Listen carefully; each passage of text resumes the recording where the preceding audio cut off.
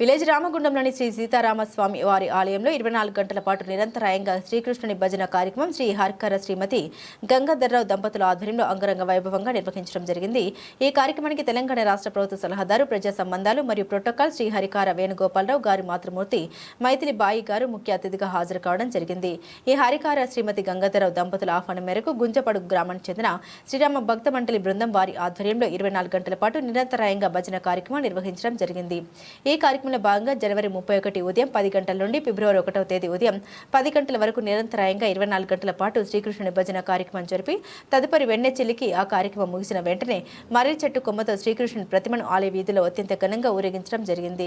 ఈ కార్యక్రమంలో ప్రత్యేకంగా హైదరాబాద్ నుండి కల్వ జిల్లా వసుధ శ్రీనివాస్ దంపతులు, తాండూరు నుండి retired head master Sangharsh Rammohan Rao, ఆదర్శ రైతు కూనరపు రమేష్తో పాటుగా విలేజీ రామగుండం మరియు ఇతర ప్రాంతాల నుండి అధిక సంఖ్యలో భక్తులు పాల్గొన్నారు.